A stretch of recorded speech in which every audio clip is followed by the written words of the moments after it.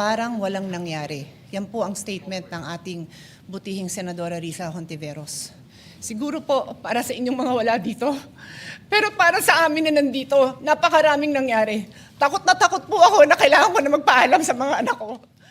Mr. President, I also will not interpolate or make my own privileged speech today as requested by the Senate President.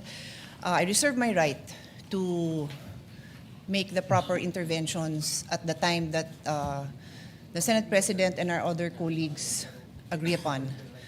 But I just want to make this quick statement. Parang walang nangyari. Yan po ang statement ng ating butihing Senadora Risa Hontiveros.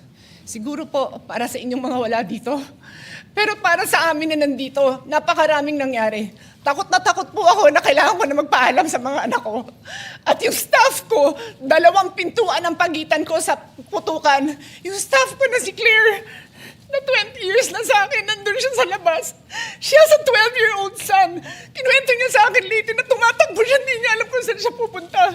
Kaya para sabihin niyo na walang nangyari. Napakasakit para sa aming lahat na nandito. And as I said, 2 pintuan na nagpo-protect sa akin sa putukan. Pero yung media, yung Senate staff, yung hindi naman makauwi dahil sila ang security, sila ang elevator women and boys natin, nandoon po sila. So dear colleagues, napakarami nang nangyari. And one more thing, wala ho akong sinisisi.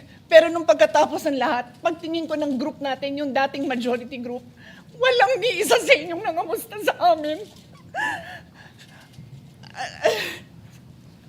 Some of you I've known for 20 years, 10 years, and I didn't even hear any of you say, kamusta na kayo dyan?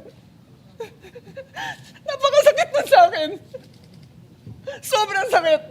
So yun lang ang masasabi ko. Yes, I am very ready to share my story, to ask questions.